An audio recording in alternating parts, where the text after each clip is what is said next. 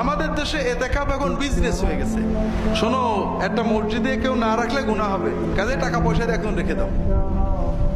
এতেকাব ওই জন্য না, এতেকাব হলো আল্লাহর সাথে বান্দার প্রেম, যে করবে সে পাবে।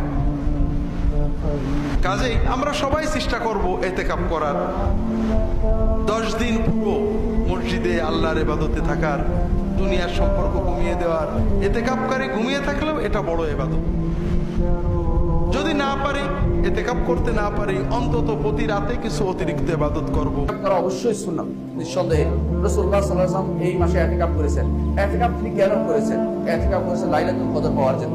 লাইলাতুল কদর পাওয়ার জন্য। লাইলাতুল কদর যদি কোনো কেউ ইতিকাফ করে ঘুমিয়েও থাকে, সে কিন্তু পাইল। এজন্য ইতিকাফের ফজিলত অনেক বেশি। চেষ্টা করবেন ইতিকাফ পালন করতে। খুব লজ্জার কথা যে আমাদের দেশের মসজিদগুলোতে ইতিকাফের জন্য টাকা দিয়ে লোক ভাড়া করা লাগে, আছে না নাই?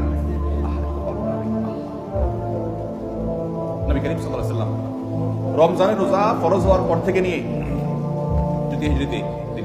রমজান রোজা ফরজ হওয়ার পর থেকে নিয়ে তার ওয়াফাতের আগ পর্যন্ত একটি বারের জন্য ইতিকাফ ছাড়া থাকে।